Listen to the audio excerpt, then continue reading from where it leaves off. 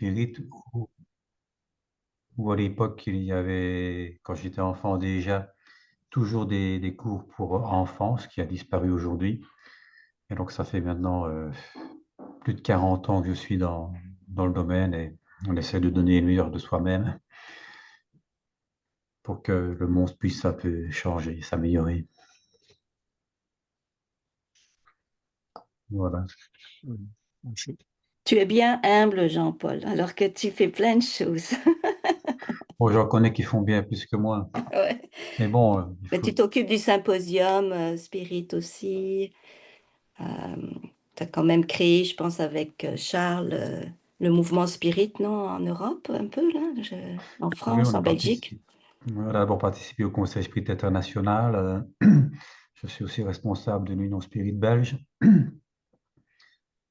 Et on travaille aussi à l'édition de livres, hein. Chaque année, on essaie de publier 2 ou 3 livres en français, hein. Donc, soit c'est des livres qu'on traduit, soit ce sont des livres qui nous sont présentés et qu'on passe au comité de lecture pour voir s'ils sont en adéquation avec l'enseignement spirit. Voilà, mais comme je dis toujours, s'il n'y a pas toute une équipe de personnes de bonne volonté autour de nous, on ne sait rien faire. Tout seul, on ne sait rien faire. Il faut vraiment travailler dans un ensemble. Mhm. Ouais. Merci. Donc aujourd'hui, nous allons aborder le thème «Cet au-delà qui nous attend tous». Bienvenue à toutes et tous. C'est un thème dont on parle peu, que bien souvent on a peur d'aborder parce que c'est un thème grave et qui est souvent considéré comme tabou, la mort. Dans ces moments particuliers, souvent difficiles, nous pouvons réaliser un travail pourtant très intéressant pour ceux qui nous vont quitter. Malheureusement, beaucoup de personnes ne le savent pas et parfois on en voit même qui sont en train de rigoler lors des enterrements. Pourtant, celui qui va nous quitter a besoin d'aide, de soutien et de support.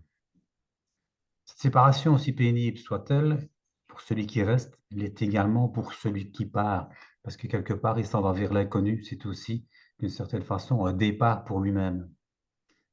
Être de l'autre côté du voile, c'est bien souvent être à nos côtés, comme autrefois, mais dérobé à notre vue.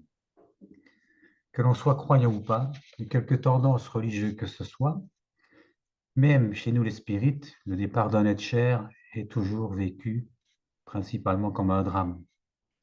Pourtant, dans certaines régions du monde, la mort est perçue comme une nouvelle naissance, où les rites qui accompagnent le défunt vers sa dernière demeure est fait comme une genre de fête où ils sont vêtus de blanc, alors que chez nous, généralement, on est encore dans la coutume du deuil. Donc, que l'on soit croyant ou pas, tôt ou tard, nous y retournerons tous. Personne n'y échappe. C'est peut-être d'ailleurs là la seule certitude que l'on peut avoir, c'est que nous tous, tôt ou tard, nous partirons de l'autre côté. Mais au-delà de la mort, qu'y a-t-il donc? Que se passe-t-il de l'autre côté du voile? Serons-nous seuls? Serons-nous bien? Quelle sera notre situation? Tomberons-nous dans le néant? Ce sont bien souvent les questions que l'on peut se poser, parce que si même on a les connaissances que l'on a, eh bien, on n'est jamais sûr de ce qui va nous attendre de l'autre côté. Il est évident qu'on ne pourra pas aborder l'au-delà sans parler des différentes étapes qui le précèdent, parce que là aussi, il y a un travail qui pourra être réalisé. Par la suite, nous verrons en quoi consiste la vie future, qui comporte des étapes principales. Tout d'abord, l'état dans lequel nous nous retrouvons directement après la mort, et ensuite, la situation que nous allons mener dans la vie de l'au-delà, si vie dans l'au-delà il y a. Il y aura aussi un temps pour les questions-réponses, si prête, et donc je laisserai libre aux personnes qui le souhaitent de les poser. Nous abordons donc successivement les aspects suivants: la croyance et la vision de la mort au fil du temps, les principaux éléments qui influencent notre situation dans l'au-delà, les expériences aux frontières de la mort, la perception vécue par le mourant, l'aide que l'entourage peut apporter aux personnes qui nous quittent, en fin de vie ou après la désincarnation, ainsi que le processus de libération, le passage de la mort physique à la vie dans l'au-delà. Et nous terminerons par une petite conclusion. D'une manière générale, il apparaît que l'homme a toujours cru qu'il y avait une autre réalité que la matière, c'était quelque part une conception innée en lui. Nous pouvons constater également qu'il a toujours eu le sentiment que cette mort n'était pas la fin de tout et qu'il y avait quelque chose de supérieur qui présidait à sa destinée. Dès le néolithique, on enterrait déjà les morts et on faisait des offrandes aux défunts. Il est évident qu'à l'époque, il n'y avait pas tout le matériel et toutes les évolutions matérielles que l'on a aujourd'hui, donc on les enterrait simplement dans la terre avec quelques rudiments de nourriture et d'ustensiles. Mais dès le Paléolithique, eh bien, on a commencé à faire des offrandes et on a commencé à sophistiquer les endroits où les morts allaient être enterrés. Les premières tombes attestées remontent à peu près à 100 000 ans, il y a au Moyen-Orient. Et avec la sédentarisation, on a vu donc une organisation plus structurée, avec des illuminations et des pratiques funéraires qui vont varier suivant les cultures et les régions. Dès l'Antiquité, et peut-être même avant, la qualité et la grandeur des sépultures va dépendre du statut social. On voit donc une évolution très grande. Et en Égypte antique, des pratiques comme la momification et la construction de tombeaux, pyramides pour les pharaons, témoignent donc d'une sépulture très élaborée, où naturellement il était entouré de toute une série d'ustensiles qu'il était censé utiliser dans l'au-delà.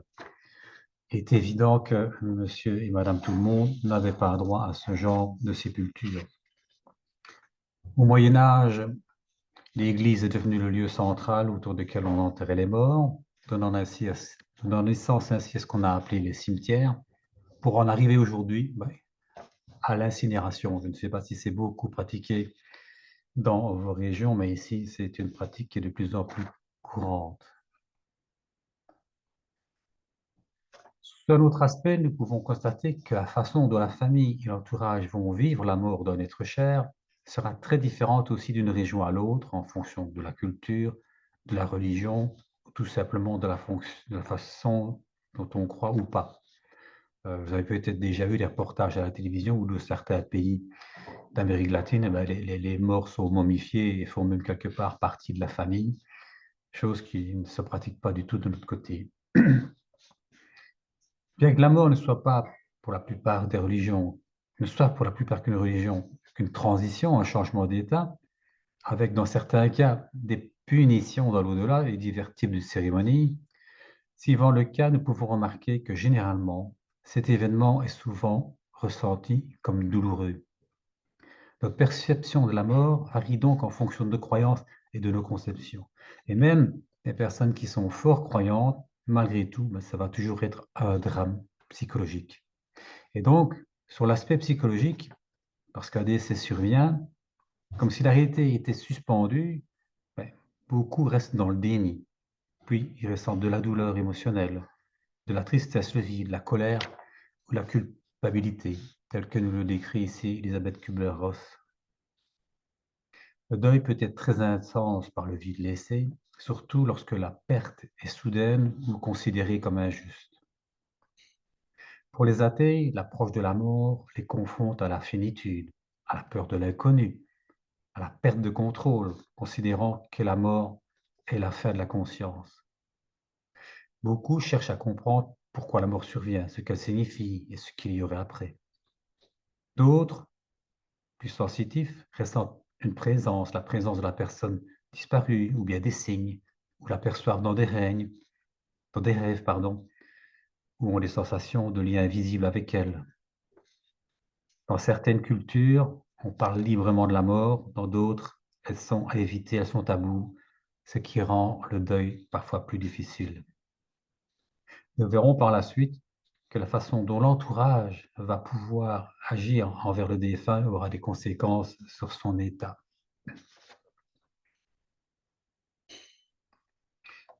Nous aborderons principalement deux éléments qui influencent la situation dans notre au-delà. Si même ces deux critères peuvent se conjuguer suivant les circonstances. Tout d'abord, l'âge et la rapidité du départ dans l'au-delà a une grande importance, même si dans certains cas, elle peut être pondérée par le deuxième critère que nous allons voir. Dans le livre des esprits, nous apprenons que la naissance, nous venons tous avec une quantité de fluide vital qui va varier d'un individu à l'autre. Cette quantité de fluide vital n'est pas la même pour tous. Elle s'épuise au fil des années. Elle peut être renouvelée, elle est renouvelée à travers la respiration et l'alimentation, mais au fil des années, donc, elle va s'épuiser, ce qui entraînera tôt ou tard la mort par vieillesse, si nous ne mourrons pas avant, à travers une maladie ou un accident. Il faut également noter que si la mort a lieu en bas âge, ou de façon brutale, dans un accident par exemple, le lien qui relie le périsprit au corps sera plus difficile à rompre, ce qui pourra entraîner des confusions dans le mental du mort, qui pourrait se croire toujours vivant alors que ce n'est plus le cas. Il ne faut bien sûr pas confondre la séparation du corps et du périsprit avec la conscience de la mort dans l'au-delà, même s'il y a un lien évident. Le deuxième critère principal est la croyance à la survie ou pas, ainsi que les qualités morales de la personne qui sont généralement concrétisées par ses actes dans la vie de tous les jours. C'est évident qu'il y a des personnes qui cachent très bien leurs défauts, mais en réalité, souvent c'est concrétisé par les actes. Ces éléments donc vont également jouer un rôle essentiel dans la situation dans laquelle le défunt va se retrouver lorsqu'il retournera de l'autre côté. Nous allons voir également que ces deux critères pourront être influencés dans un sens ou dans l'autre en fonction de l'attitude et de l'action que la famille va avoir envers le défunt. Voyons à présent ce que peut nous apprendre les expériences aux frontières de la mort. Peut-être me demanderez-vous pourquoi je vais parler des expériences aux frontières de la mort, puisque ce ne sont pas des personnes qui sont de l'autre côté, mais qui sont revenues.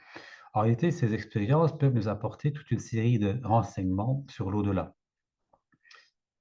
On n'abordera pas la problématique récurrente de tous ceux qui nient cette réalité spirituelle, et nous nous concentrons principalement sur les faits qui sont prouvés et nombreux. Il y a plusieurs millions de témoignages de personnes qui ont vécu ces expériences aux frontières de la mort, qui sont relatés à travers différents livres faits par des personnes qui ont les compétences pour.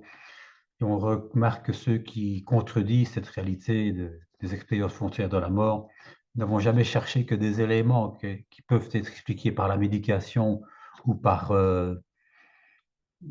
des hallucinations, alors qu'il y a des faits qui sont impossibles à démontrer autrement que par une réalité spirituelle qu'elles ne vont pas aborder.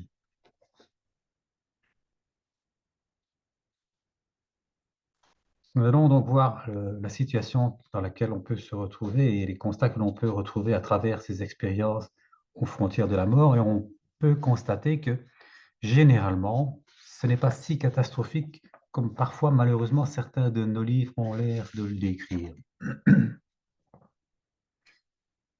Tout d'abord, vous savez, peut-être déjà, que les personnes qui ont vécu des expériences aux frontières de la mort ont des perceptions récurrentes qui sont la sensation subjective d'être mort, sensation immense de paix, séparation du corps et de la conscience, entrée dans un monde sombre mais serein, débouchant vers un tunnel puis une lumière, rencontre avec des voix, une présence, ou avec des défunts que l'on connaît bien, ou un guide. On fait un examen de sa propre vie, pas de jugement, c'est notre propre bilan que nous faisons. Certains ont des visions, de perceptions sonores, d'autres perçoivent un être de lumière, et puis, généralement, s'ils reviennent, puisque c'est l'expérience aux frontières de la mort, il y a des genres de frontières qui font qu'ils ne savent pas aller plus loin et ils reviennent. Et généralement, ils ont une transformation de leur personnalité, une transformation durable.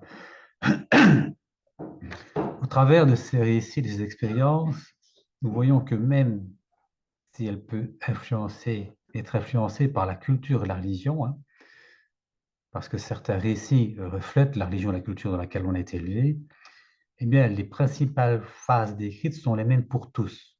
Et ce qui est important à noter, c'est que même des enfants en bas âge ont les mêmes vécus et rapportent les mêmes faits. Il y a des enfants qui ont à peine 2 ou 3 ans, qui n'ont pas eu l'occasion d'être influencés par la famille, la culture, la religion, par les médias, et qui relatent les mêmes phénomènes, donc ce qui démontre bien quelque part que ce n'est pas dû à notre environnement de tous les jours qu'on a des visions, des perceptions qui sont similaires. Certes, il y a des haines négatives, mais elles semblent minoritaires par rapport aux façons positives dans lesquelles les personnes se retrouvent. Et ces perceptions différentes de la vie à travers les expériences qu'elles ont vécues sont durables à long terme. Il y a Pim van Lommel qui a écrit un très beau livre qui explique justement qu'il a fait une étude sur une petite dizaine d'années, des personnes qui ont vécu ces expériences frontières de la mort et qui ont carrément changé leur façon de vivre et de voir suite à ce qu'elles ont vécu, tellement ça les avait marquées.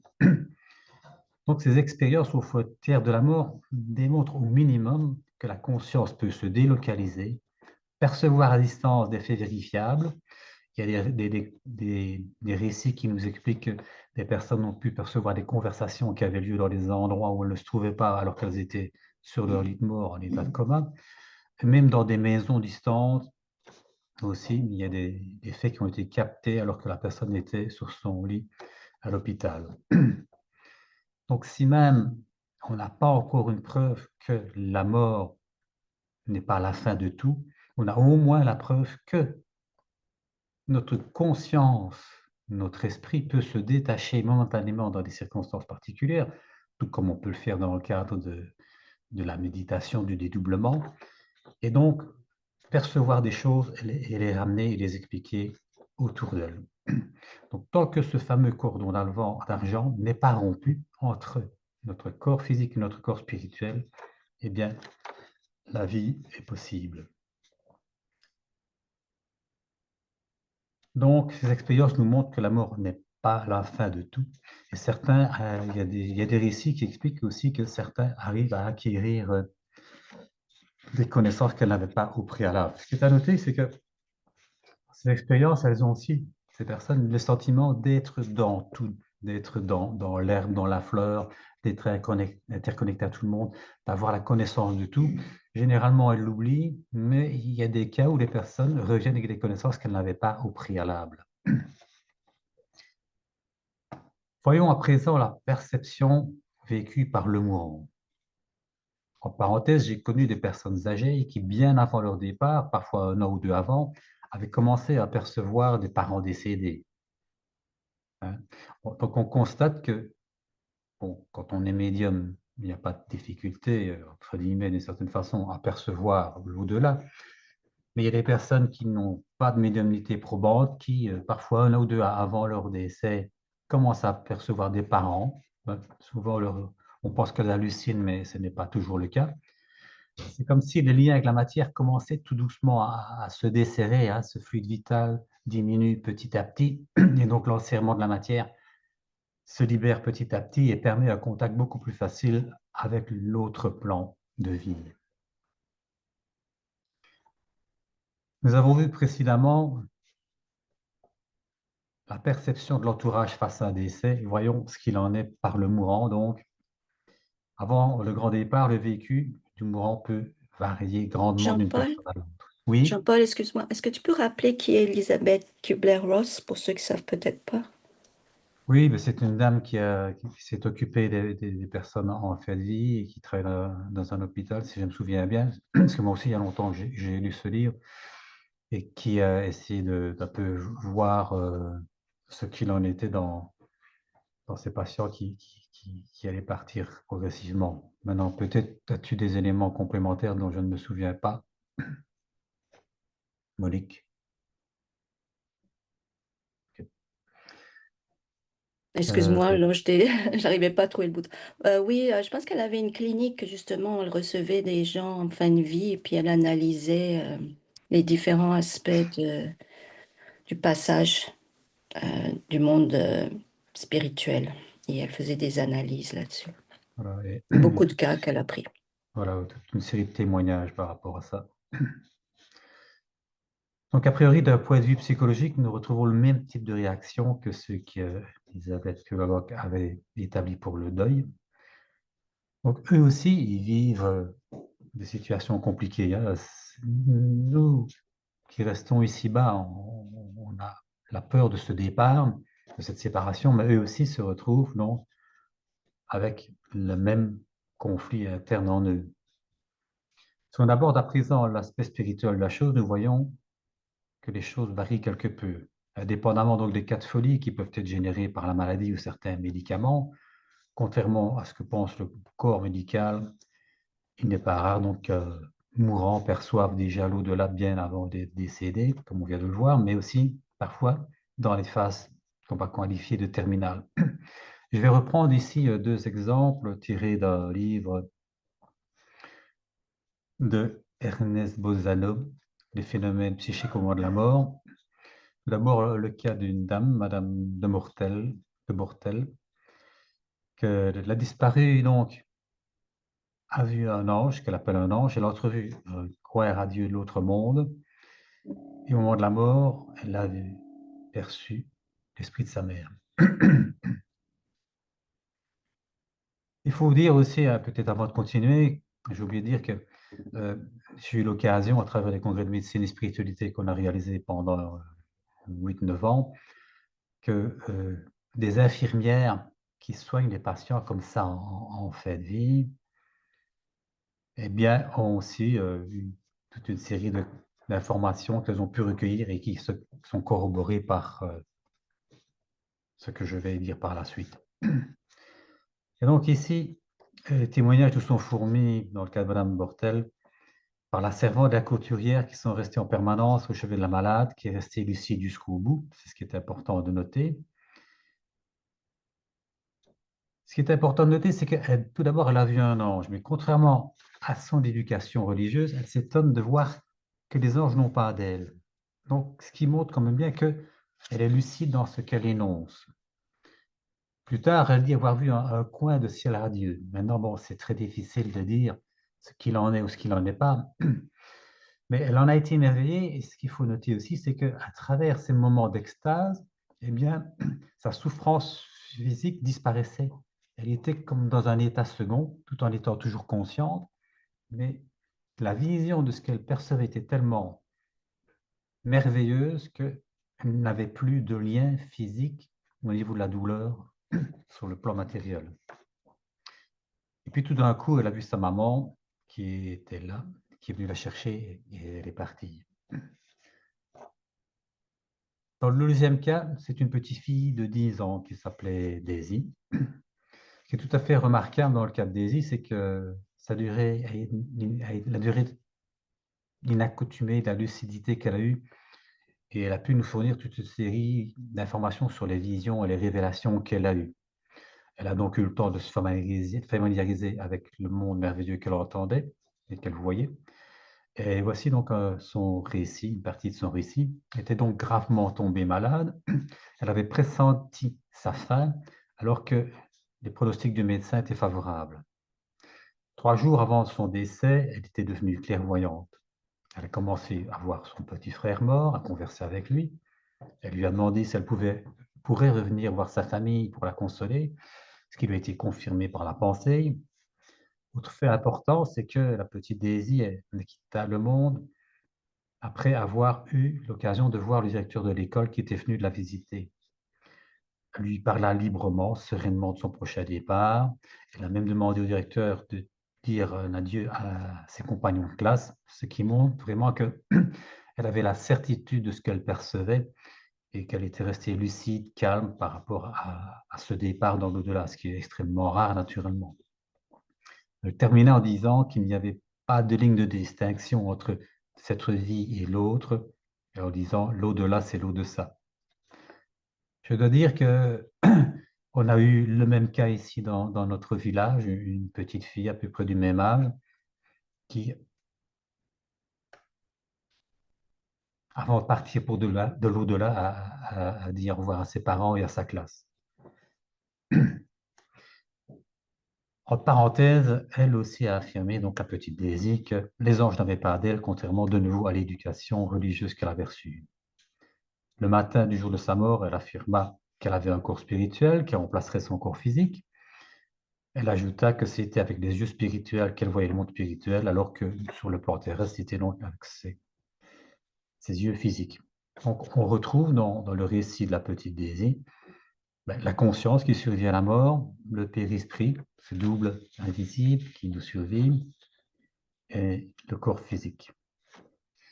Au moment du grand départ, elle a dit, l'heure est arrivée, mon frère est venu me chercher, et elle nous a quittés.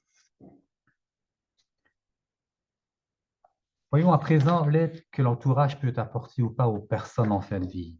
Comme je l'ai dit tout à l'heure, il ne faut pas attendre que la personne soit partie, parce que si on peut l'aider au préalable, sa situation dans l'au-delà peut être meilleure que ce qu'elle aurait pu être si elle n'a pas été aidée par l'entourage. Donc, l'aide qu'on peut apporter aux mourants en fin de vie est essentielle et on peut l'aider de certaine façon à partir plus sereinement. D'un point de vue humain et psychologique, il y a d'abord ceux qui, pour différentes raisons, n'ont plus vu quelqu'un depuis longtemps et qui voudraient revenir les revoir une dernière fois avant de partir. Il y a des gens comme ça, des mourants, qui s'accrochent à la vie parce qu'elles voulaient revoir quelqu'un avant de partir. Il y a aussi, dans le même ordre d'idées, ceux qui voudraient demander un pardon à quelqu'un de se réconcilier. Et il y en a qui ont eu des conflits qui parfois durent des décennies. Et au moment de leur départ, eh bien, ils voudraient se réconcilier pour des raisons qui leur sont propres avec ceux avec qui ils ont eu des conflits. Naturellement, ceux qui ont peur du néant, qui sont athées, ou ceux qui ont peur d'un châtiment, ceux qui ont été élevés dans certaines religions. Il y a ceux qui ont le regret de ne pas avoir accompli certaines choses ou mal accompli, ils considèrent qu'ils n'ont pas fait le nécessaire. Ça, c'est subjectif. Certains même, qui se disent athées, qui sont pris d'une certaine angoisse, vont demander si tout compte fait, il n'y aurait pas quelque chose de l'autre côté. Et dans d'autres cas, ce départ, lorsqu'il est naturel, peut aussi être un soulagement physique auxquels ils sont confrontés ou des difficultés qu'ils ont vécues dans la vie ou au moment où ils sont gravement malades. Donc, ceux-là, c'est quelque part une libération. Et là aussi, donc, on peut les y aider parce qu'ils peuvent très bien être dans les cas de figure précédemment cités. Et donc, il faut bien se rendre compte combien de personnes ne sont pas obligées de partir seules, non préparées, dans la crainte de l'au-delà et dans la souffrance de laisser des parents, des enfants, des amis, sans oublier, et ça c'est de plus en plus important au jour d'aujourd'hui, je ne sais pas chez vous, mais ici c'est pareil, le nombre de personnes abandonnées dans les maisons de repos.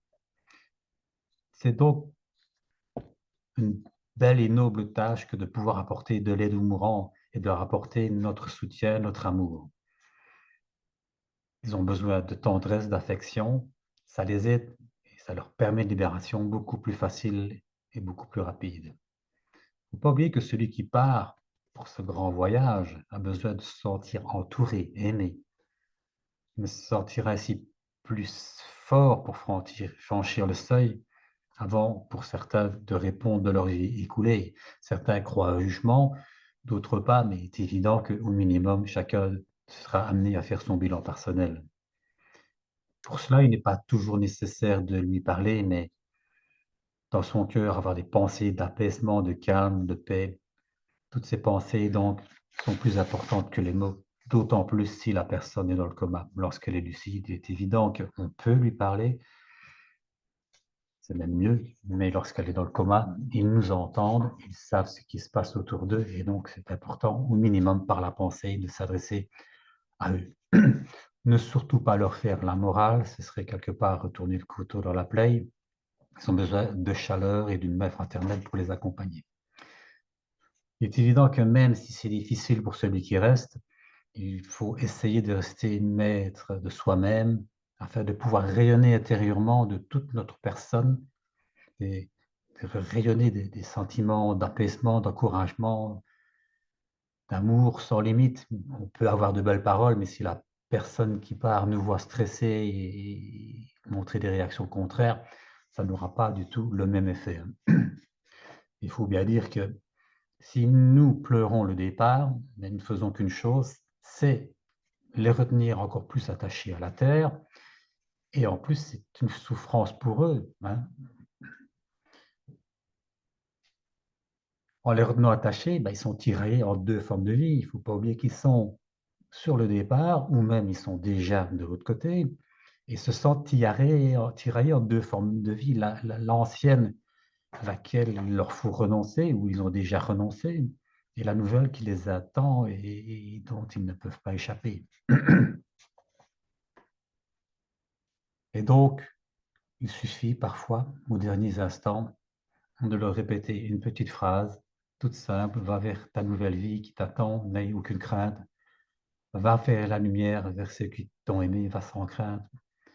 Tu es fort et tu ne seras jamais seul. Au jour d'aujourd'hui, ben, malheureusement, beaucoup de parents, d'amis, de membres de la famille ne connaissent pas l'importance de l'aide qu'ils peuvent apporter. À côté de ça, il y a des associations de bénévoles qui assistent les patients en fin de vie. On a la chance ici d'avoir deux personnes qui accompagnent des patients en fin de vie. Elles sont spirites, donc elles connaissent la chose. Théoriquement, elles ne peuvent pas aborder l'aspect spirituel ou religieux de par la déontologie dans laquelle elles sont enfermées, mais il est évident que si le mourant, la personne en fin de vie, apporte d'elle-même le sujet, eh bien, elle ne va pas s'empêcher de l'aider explicitement dans ce passage. Donc, comme on vient de le voir, nous avons un rôle important à jouer en usant de psychologie, en adaptant notre discours en fonction de la croyance et de la sensibilité de celui qui parle, afin qu'il puisse partir en sécurité. C'est évident que ce thème demanderait une conférence à lui seul, mais donc ce ne sera pas le sujet aujourd'hui. Maintenant, la deuxième étape importante, c'est après la désincarnation.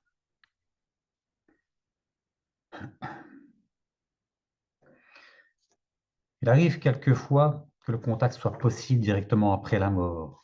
Cependant, par la suite, il faudra aller en repos, un repos qui sera plus ou moins long, donc, comme nous allons voir, suivant l'état de celui qui va nous quitter. Il n'est pas rare non plus de voir un défunt qui va suivre son cortège funéraire. Ce sont des cas qui ont été aussi relatés. Il viendra quelquefois aussi se manifester pour faire part lui-même de son état, pour faire un signe, témoigner du bonheur d'être présent.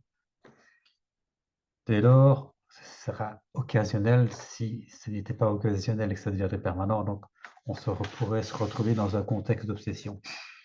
Et j'ai vu à l'époque une très belle image qui était caricaturée comme ça, une parente qui allait voir un médium en disant l'esprit n'arrête pas de m'embêter, il s'accroche à moi.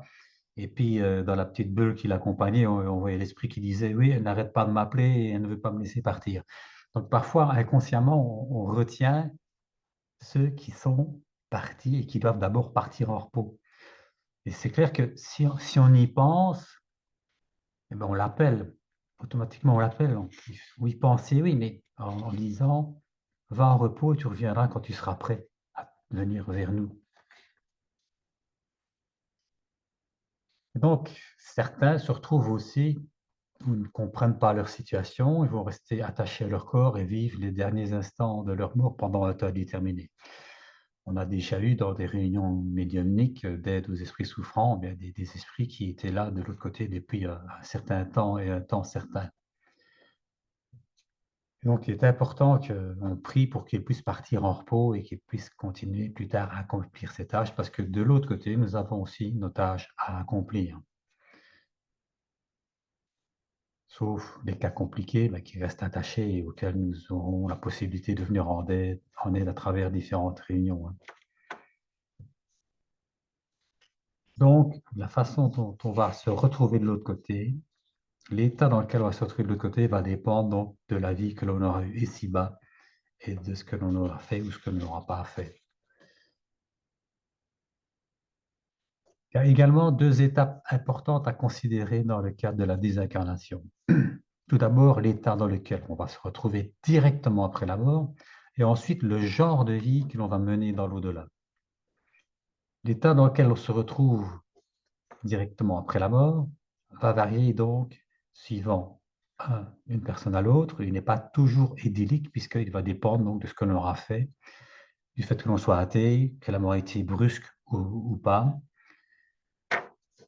Et donc, dans ces moments difficiles, il est certain que nous pouvons les aider. Un matérialiste, par exemple, ne comprendra pas toujours ce qui lui arrive, ou pire encore, il sera pris d'atroces souffrances ou de remords, il ne réalisera pas son état, il ne comprendra pas un certain nombre de choses. Là, nous sommes déjà dans la situation et l'état dans lequel on est de l'autre côté. Il y a cet immédiat après le départ, mais ce n'est pas irrémédiable.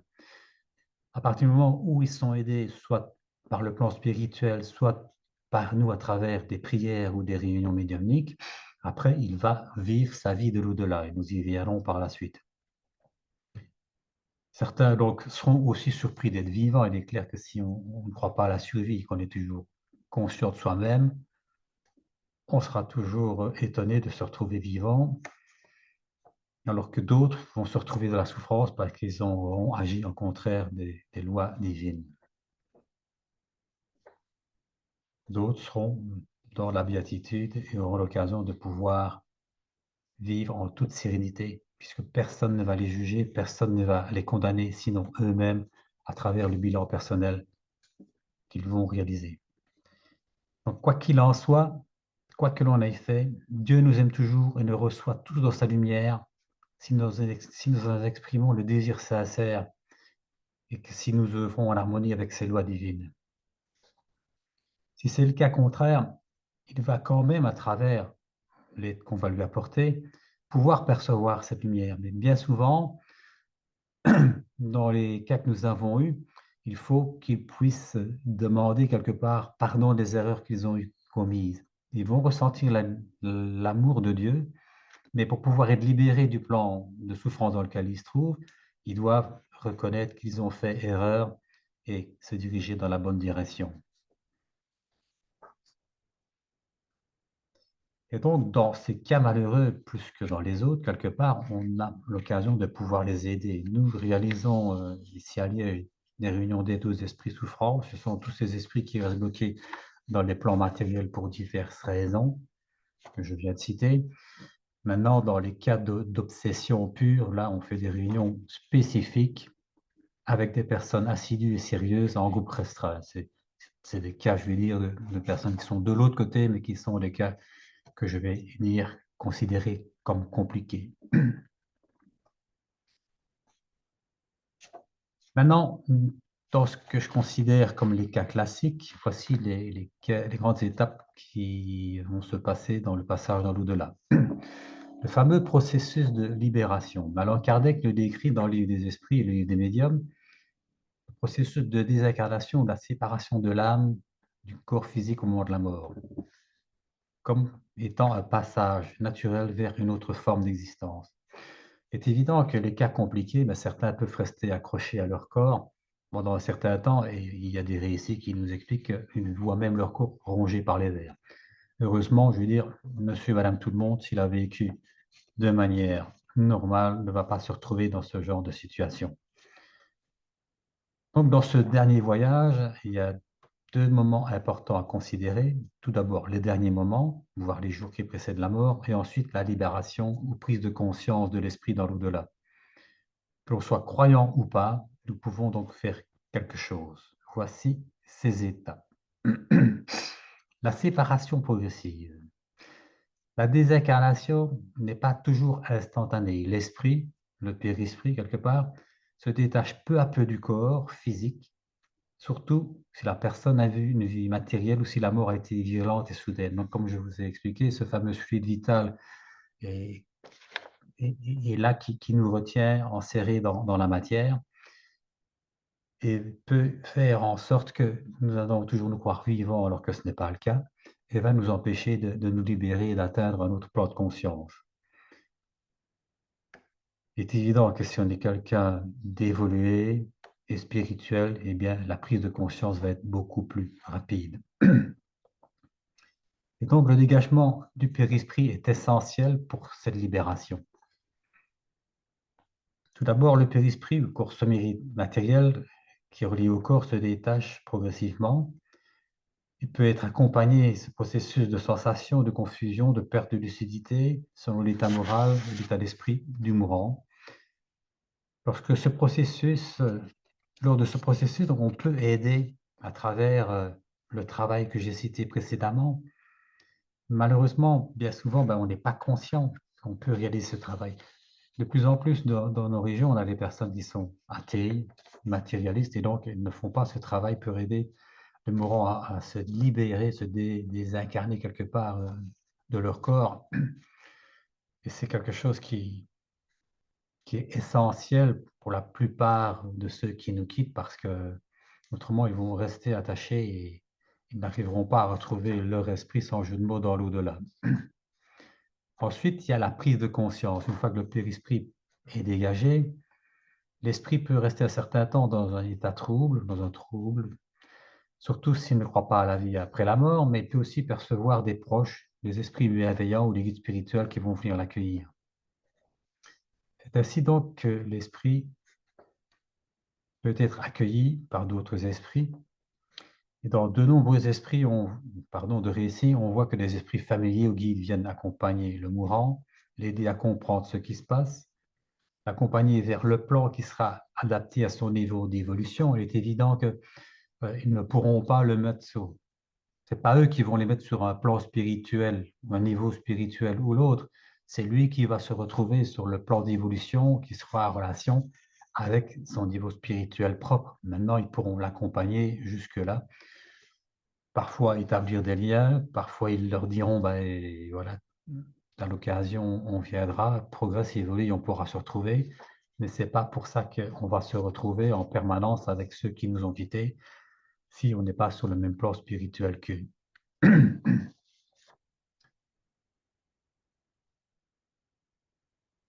Abordons à présent la vie dans l'au-delà à proprement parler. On est donc ici au cœur du sujet, si même on en a déjà eu quelques aperçus à travers les exemples qui ont été donnés. J'estime, et cela n'engage que moi, que le spiritisme ne doit pas rester figé, comme cela a été le cas dans les autres religions, sans pour autant négliger, bien sûr, les connaissances qui nous ont été apportées par les livres de base. Allan Kardec lui-même avait spécifié que le spiritisme devait marcher avec la science, au risque de devenir dogmatisme, comme c'est le cas dans les autres religions. Tout le monde est d'accord avec cette démarche, mais lorsque l'on aborde le sujet, les réactions sont diverses, et bien souvent, ne veulent pas aller en ce sens. Je laisse donc chacun libre d'adhérer à une vision ou à une autre, celle qui lui conviendra le mieux. Nous avons vu donc au début de cet exposé que les croyances ont évolué au fil du temps. Il en est de même pour la vision de l'au-delà.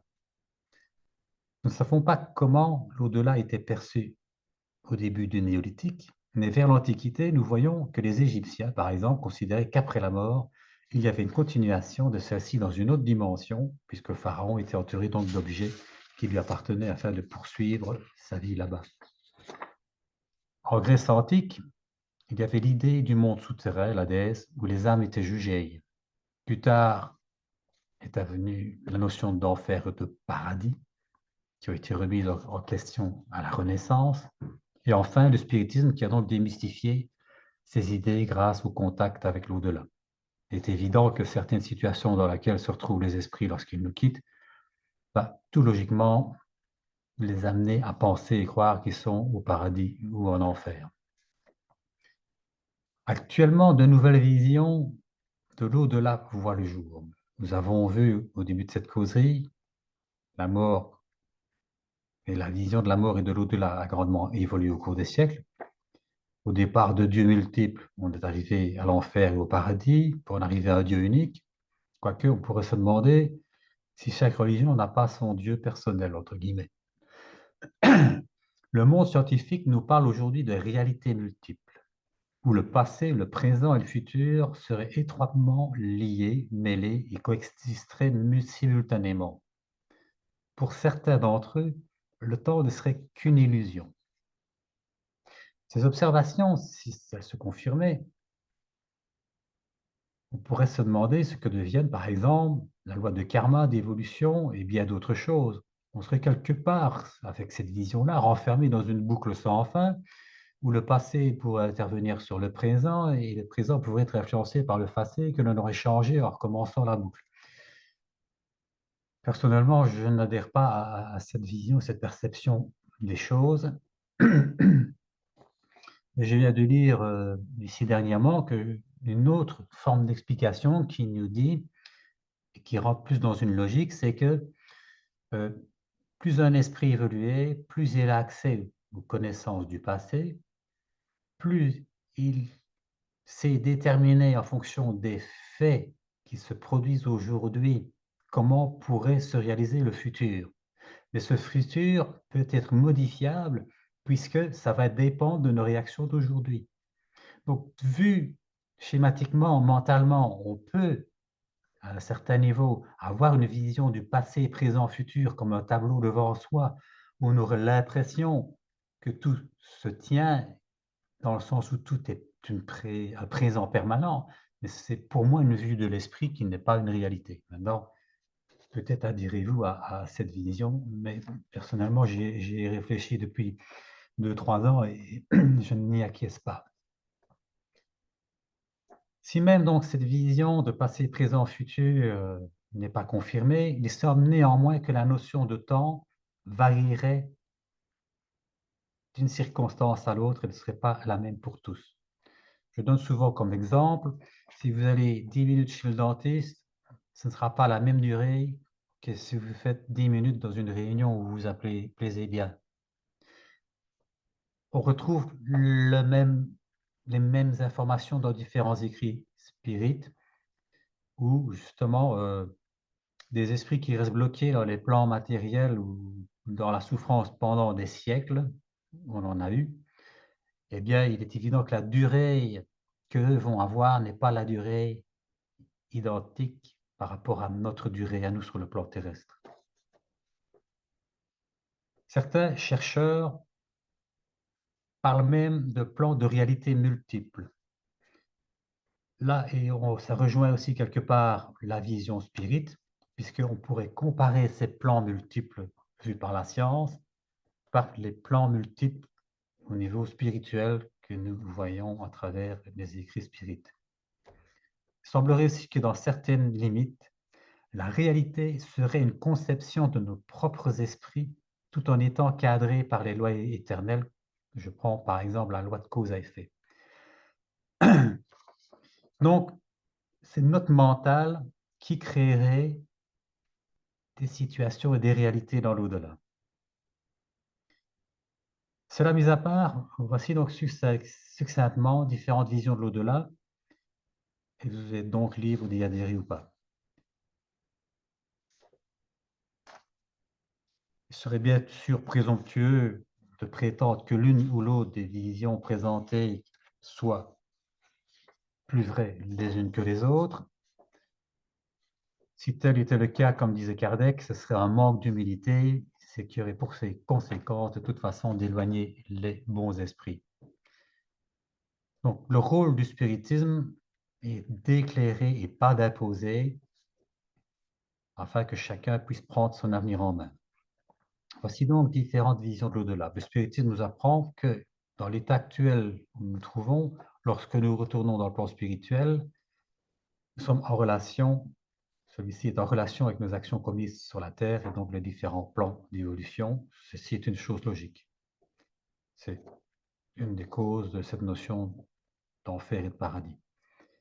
Alors Kardec, lui, nous décrit le monde spirituel comme étant structuré, peuplé d'esprits à différents niveaux d'évolution, sans, malheureusement peut-être pour nous, trop entrer dans les détails de la vie dans l'au-delà. Dans le ciel et l'enfer, on va retrouver naturellement des situations qui vont varier en fonction des différents types d'esprits qui vont se communiquer. Et on voit donc très bien à travers cela que, en fonction de leur qualité morale ou pas, ils vont être dans une situation ou dans une autre. Plus récemment, Chico Xavier va beaucoup plus loin qu'Allan Kardec en expliquant, à travers les livres d'André Louis, les tenants et les aboutissants des différentes réincarnations. Il les matérialise quelque part en citant des cas de famille qui ont eu des conflits dans les vies précédentes, qui vont se retrouver, certains dans des vies suivantes. C'est matérialisé à travers un monde spirituel où existerait un monde parallèle au nôtre avec des mêmes infrastructures, avec des moyens de locomotion et autres. Et donc, c'est beaucoup plus détaillé que ce que l'on retrouve dans les livres d'Alan Kardec. On voit également qu'il y a des activités similaires à celles que l'on retrouve ici sur Terre, et que c'est donc beaucoup plus structuré. On voit aussi qu'il y a un base astrale qui essaye de continuer à nuire. Ici, d'une certaine façon, sur Terre, ceux qui œuvrent pour faire des guerres, tout ça, sont en lien avec ce genre de plan. Et puis dernièrement, je ne sais pas si vous l'avez vu, nous avons publié il y a 2 ans, je pense maintenant, un livre d'un médium anglais, Rich, qui nous relate dans son livre La vie par-delà la vie, le même genre de récit que l'on peut retrouver dans ceux de Chico, à quelques nuances près. Et ce qui est important de noter dans son livre, c'est qu'il ne va pas aborder l'aspect de la réincarnation. Et donc, il n'aborde pas la réincarnation probablement parce que le spiritualisme anglais, généralement, n'est pas réincarnationniste. Donc, on constate que le plan spirituel n'aurait communiqué qu'un certain nombre d'informations qui seraient acceptables pour eux sans aller au-delà de certaines choses. Et donc, ces informations sont conditionnées par notre capacité à comprendre et accepter ces choses. J'irais même encore plus loin, ce qui est d'ailleurs confirmé dans certains écrits, en disant que la réalité, lorsque l'on passe dans l'au-delà, est conditionnée par notre mental et par notre vision des choses. Par exemple, ici, on est en train de lire un nouveau livre qui nous a été proposé, qui va probablement être édité d'ici le début de l'année prochaine, qui est un livre qui s'appelle Vie après vie, qui est relaté par un esprit qui s'appelle Sœur Angèle. Et dans ce livre-là, il y a un passage où on lui explique comment pouvoir, elle est morte à un certain âge, un âge certain, Sœur Angèle, comment, à travers son mental, elle peut retrouver l'apparence de sa jeunesse. Et dans ce livre, on nous parle aussi de cette notion de temps qui va fluctuer très fort d'une circonstance à une autre. Donc, ce qui montre bien, c'est que Sœur Angèle, quand elle passe de l'autre côté, se retrouve dans un environnement et avec une vision qui lui est propre et qui est toujours entachée par les liens de la matière et de la vie qu'elle a vécue, mais qu'à travers les éclaircissements d'un esprit guide ou de plusieurs esprits guides, eh bien, on va lui apprendre à retrouver sa jeunesse, ce qu'elle arrive à faire et à se retrouver à l'âge d'une trentaine d'années. Donc, dans certaines limites, nous sommes conditionnés par notre mental, ce que l'on retrouve dans multiples écrits, mais je mettrai un bémol à cela en disant que ça va de toute façon être limité par notre karma. Il est évident que si on a commis des abominations sur Terre, imaginons qu'on soit croyant, parce qu'il y en a qui sont croyants, mais qui ne sont pas spécialement charitables pour la cause, on va se retrouver de l'autre côté, on va se dire, je vais me retrouver au paradis avec plein de belles choses, ben, ça ne marchera pas. Hein, parce que la loi de cause à effet, elle va quand même faire que l'esprit qui aurait une vision qui lui est propre ne va quand même pas pouvoir se retrouver dans la situation auquel il devrait se retrouver. Heureusement d'ailleurs, autrement, où serait la loi de justice à travers un processus comme celui-là. Et donc on s'aperçoit que après la désincarnation, l'esprit continue son évolution dans le monde spirituel en fonction de ce qu'il mériterait ou de ce qu'il créerait. Et dernièrement, une réflexion a eu lieu ici, il n'y a pas plus tard que 2 ou 3 jours. On nous parle donc, à travers les livres de Chico, d'une ville, Solar, hein, pour la citer, qui est une ville permanente. Or, dans les écrits que l'on a, l'esprit est à même de créer un environnement qui lui est propre en fonction de sa pensée, mais nos Solaire est une ville permanente. Et donc la question qu'on se posait, c'est comment cette ville peut-elle être permanente si c'est à partir du moment où on considère que c'est le mental des esprits qui y habitent qui l'a créée. Donc on n'a pas la réponse, c'est une question que l'on se pose par rapport à ça.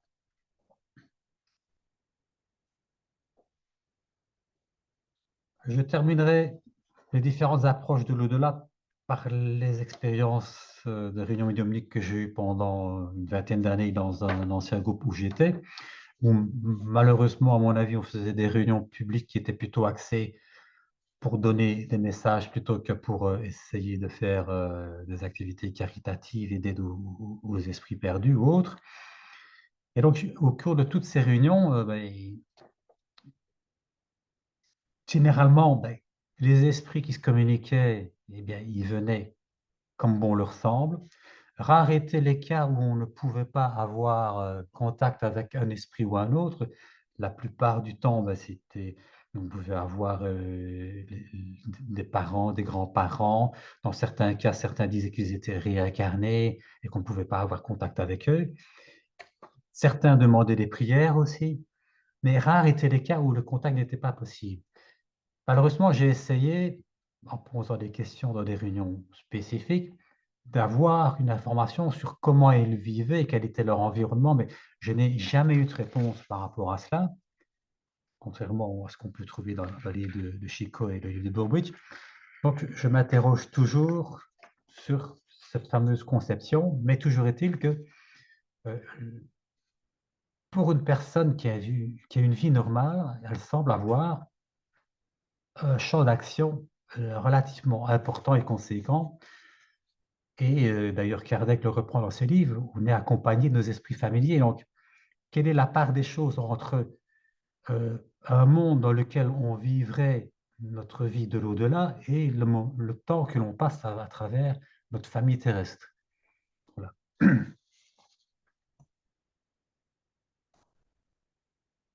Je vais maintenant en conclure. D'un point de vue concret, on peut se rendre compte qu'à chaque période de l'humanité, les conceptions de la vérité ont évolué.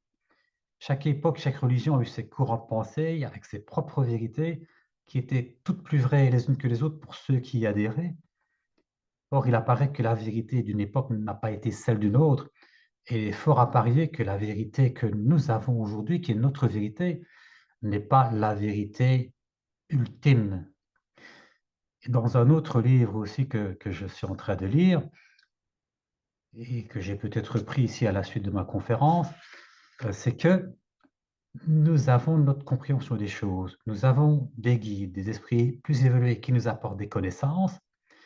Mais dans le livre que je lis et que j'ai eu l'occasion d'expliquer aussi au dernier symposium, c'est que ces guides-là, ces esprits-là, nous disent qu'eux aussi ont des esprits au-dessus d'eux qui leur apprennent certaines choses et certains concepts. Donc, on est encore très loin de la compréhension totale. Et donc, l'environnement dans lequel on se retrouve est en relation avec notre niveau d'évolution, notre conception des choses, et que la vérité qui nous est propre et réelle aujourd'hui ne sera probablement pas, et pour moi certainement pas, la vérité que nous vivrons plus tard. Et donc, toutes les conceptions que l'on a eues précédemment, qu'en reste-t-il aujourd'hui? Tout a été balayé par le temps. Le spiritisme étant relativement jeune par rapport à l'évolution humaine, il est clair que nous sommes toujours à ce niveau de conception et ce niveau de croyance. Mais nous serons un jour dépassés et nous devons donc rester humbles. Et moi, je dis, on doit présenter des choses au public en disant, voilà ce que l'on sait, mais on n'a pas la certitude absolue que c'est une finalité. Hein. J'entends trop souvent des personnes du mouvement spirit à donner des affirmations alors que ça ne peut pas être des affirmations. Il y a des éléments nouveaux qui viennent et qui apportent d'autres informations. Ici, encore un autre livre, j'ai une dame qui reçoit de nouvelles informations et qui corrobore les livres de base, mais qui apportent des éléments complémentaires. Donc, je suis en pleine lecture par rapport à ça. Et je me rends compte que même le plan spirituel le dit, nous avons revu notre façon de voir et de penser par rapport à des conceptions passées. Et donc, tout n'est pas révolutionné, mais ça se fait graduellement et il y a des pas qui nous mènent vers d'autres niveaux de compréhension. Et au regard de la loi d'évolution, on ne peut pas en être autrement. Ces nouvelles vérités vont nous apparaître petit à petit. On n'avance que pas à pas vers cette vérité ultime. Pardon. Et moi, j'aime bien cette phrase que j'ai reprise lors d'un dernier symposium et que vous voyez à l'écran. On n'est que des enfants qui expliqueront à d'autres enfants des histoires d'enfants, comme nos propres enfants expliquent certaines choses à nos propres enfants.